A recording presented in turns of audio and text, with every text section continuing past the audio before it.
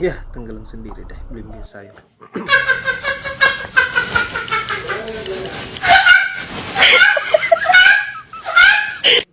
Kita ini bukan anak kecil, Mas Anies, ya.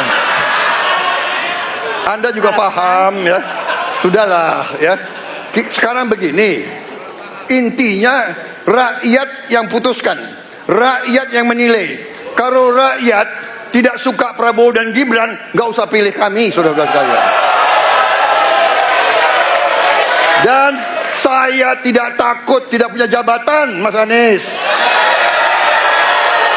Sorry ya.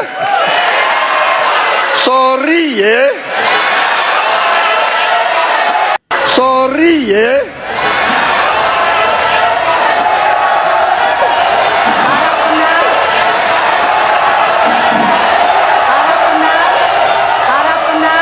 Sorry ya.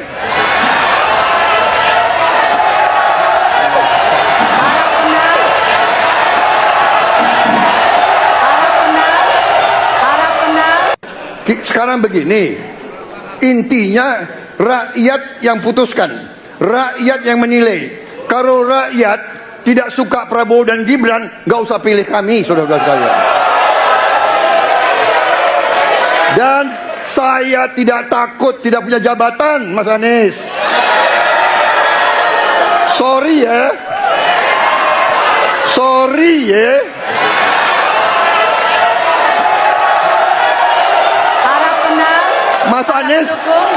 Mas Anies, saya tidak punya apa-apa. Saya sudah siap mati untuk negara ini. Kita ini bukan anak kecil, Mas Anies, ya.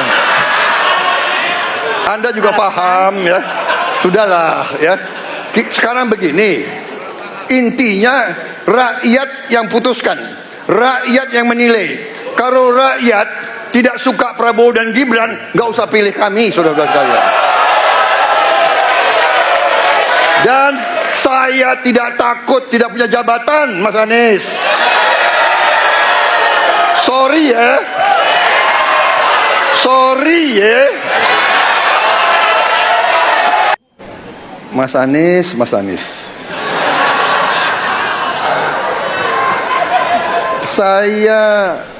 Saya berpendapat Mas Anies ini agak berlebihan.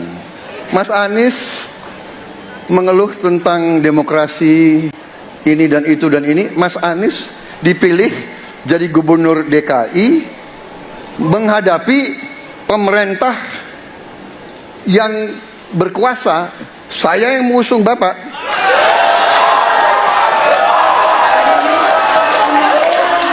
Kalau demokrasi kita tidak berjalan, tidak mungkin Anda jadi gubernur.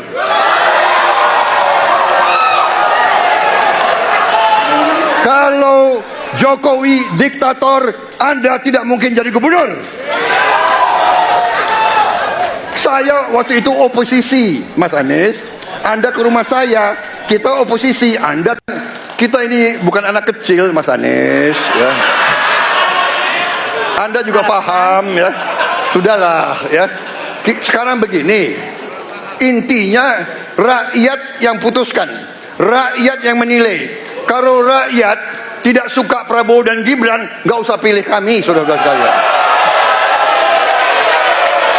Dan saya tidak takut tidak punya jabatan, Mas Anies. Sorry ya. Sorry ya.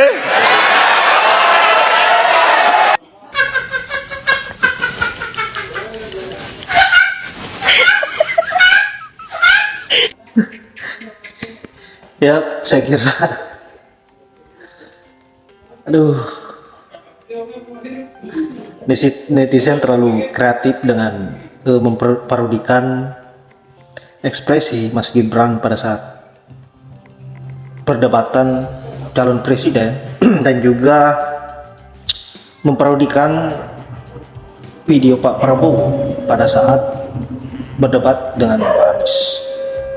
Saya kira tak henti-hentinya para netizen membuli calon presiden dan calon wakil presiden tersebut, ya, karena tentu netizen ini juga beralasan kuat kenapa mereka membuli kedua calon tersebut.